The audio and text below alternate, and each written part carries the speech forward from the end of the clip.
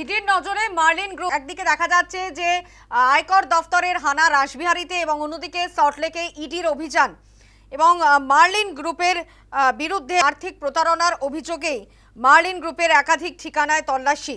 একদিকে দেখা যাচ্ছে সল্টলেকের দুটো ব্লকে তল্লাশি, অন্যদিকে মিডলটন স্ট্রিটেও তল্লাশি চালাচ্ছে ইডি।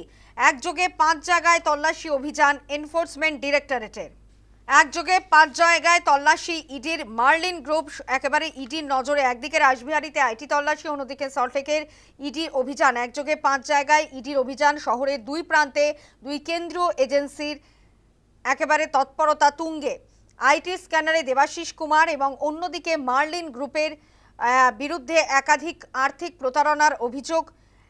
এবং সেখানে আমাদের প্রতিনিধি রয়েছেন সরাসরি সন্তোষ ঠাকুর। সন্তোষ, তুমি কিছুক্ষণ আগেই জানাচ্ছিলে যে মার্লিন গ্রুপের বিরুদ্ধে আর্থিক প্রতারণার অভিযোগ এবং যার প্রেক্ষিতেই তল্লাশি অভিযান চালাচ্ছে এনফোর্সমেন্ট ডিরেক্টরেট।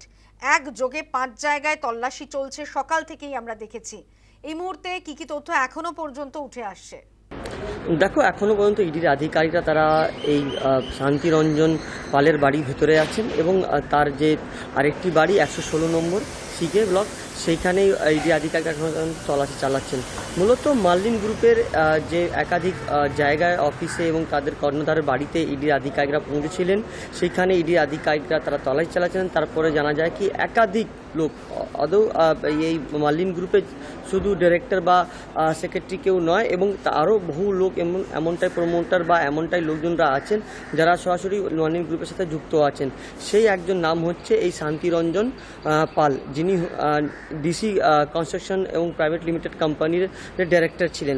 তার সাথে সরাসরি মার্লিন গ্রুপে আলোচনা হয় এবং তারা সঙ্গে একাধিক সাইট তৈরি করেছেন এবং নিউটন, রাজারহাট, সাব কলকাতায় একাধিক জায়গা যেখানে ইললিগাল জমি, সেই ইললিগাল জমিটিকে লিগালি তৈরি করা হতো এবং কলকাতা পৌরসভার মাধ্যমে, কলকাতা কর্পোরেশনের মাধ্যমে সেই জমির কাগজ বার করা হতো এবং কাগজটিকে তারা ঠিক করতেন এবং লিগালি তো সেই কাগজ ঠিক করার পর সেইখানে তারা ইডি মার্লিন গ্রুপের যারা আধিকারিকরা আছেন বা তারা অফিস লোকজনরা আছেন তারা সেখানে ভরাট করতেন এবং ভরাট করে তারা একাধিক বিল্ডিং তৈরি করতেন বা আবাসন তৈরি করতেন। তারপরে এই বিল্ডিংটি কোটি কোটি টাকার বিক্রি হতো। এই মুহূর্তে আমি দাঁড়িয়ে আছি ঠিক সিকে 111 এবং সিকে 111 যে পাল সিকে 111 যেখানে তোমার শান্তিরঞ্জন পাল তার বাড়ি আছে এবং তিনি এই মুহূর্তে দাঁড়িয়ে ভেতরে আছেন এবং সেইখানে ভেতরে তাকে জিজ্ঞাসাবাদ করছেন ইডি আধিকারিকরা। পাশাপাশি